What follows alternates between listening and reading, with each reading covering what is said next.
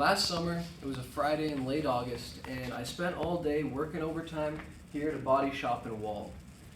After work, I hopped in my car and headed over to the train station near my house, where I hopped on a train to New York City. I spent all night having fun in New York City, then I hopped on a train back to New Jersey, and then at around 7 a.m., with no sleep, I hopped in my car to drive home. The car was really warm.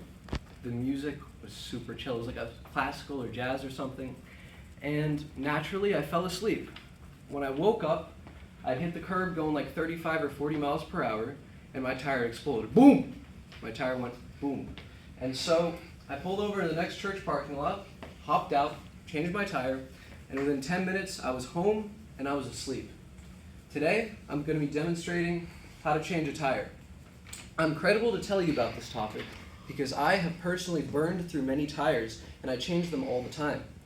Your reason to listen to me is that it'll make you smarter and it'll make you wealthier because you'll save money on having roadside assistance. Now that I've told you I will be demonstrating how to change a tire, let's get started with the items required. First, you're going to need a tire iron. Then you're going to need your spare tire, and you're going to need a jack. Now that I've told you what you will need to change a tire, let's get to the steps you will need to take.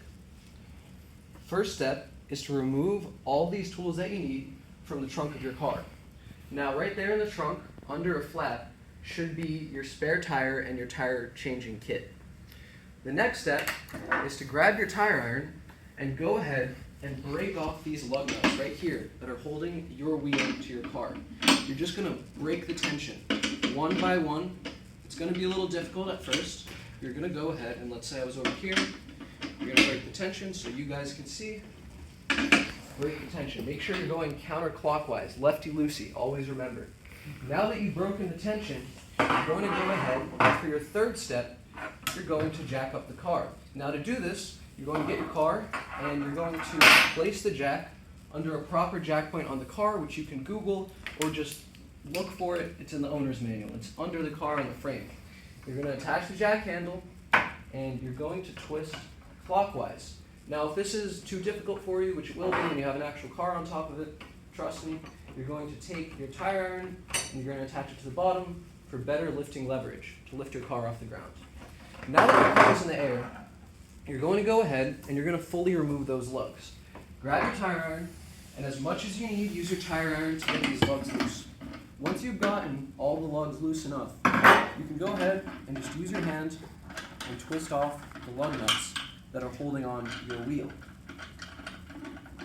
Here I am twisting off these lug nuts, and boom.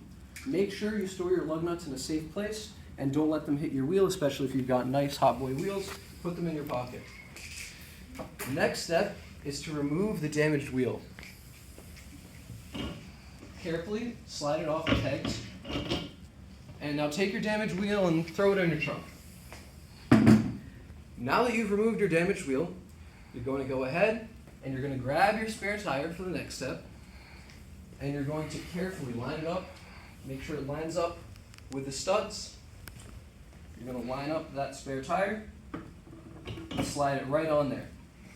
Now that your spare tire is mounted on the car, do not drop it because your tire isn't even secured to the car. So for your seventh step, you're going to go ahead and you're going to reattach your lug nuts. To do this, make sure you have them in a safe place. Just twist them on one by one, just hand tight. Just get each one of them on there first. And then once you have each one on those studs, you're going to go ahead and just with your hand, don't use the tire iron, you're going to tighten them all the way on. Tight with your hand. Now, you've got the wheel on the car, hand tight. It won't budge. You're going to go ahead, and for your eighth step, you're going to lower the car. So, to lower the car, once again, you go to your jack, and instead of twisting it clockwise, lefty-loosey, like I told you before, twist it counterclockwise, and right here you can see Speed Racer's going down. And once your jack is low enough, the jack will lower from the car, and that's how you'll know it's time to remove the jack. So take that jack, slide it out, put it in a safe place. There you go. Your car is on the ground. Your wheel is on the ground. Now, for your 9th step, it's time to fully tighten those lugs. Now, you grab your tire iron, and you go ahead, and you get it on there, and you give it a good twist. Just make sure they're all on there. You don't want any loose lugs on the car, because while a flat tire may be a pain, if the wheel falls off, you probably will never feel pain again. Now that you've got the tire well mounted on the car, doesn't budge, you can go ahead, put back your tools and your damaged wheel, and you're all good to drive off. Make sure that when you're driving off, you do not exceed the recommended speed limit of the tire, which is, safe bet's 45 miles per hour. Google it. Now that I've taught you to change a tire, let's conclude the speech. First, I told you the 3 items that you need to change a tire, and then I introduced you to the 10 steps involved in completing the process.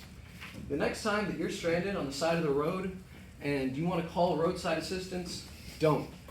You can save a lot of money, and you can use it to make a bed, buy a Cybertruck, or even better, buy yourself 20 or 30 Miatas.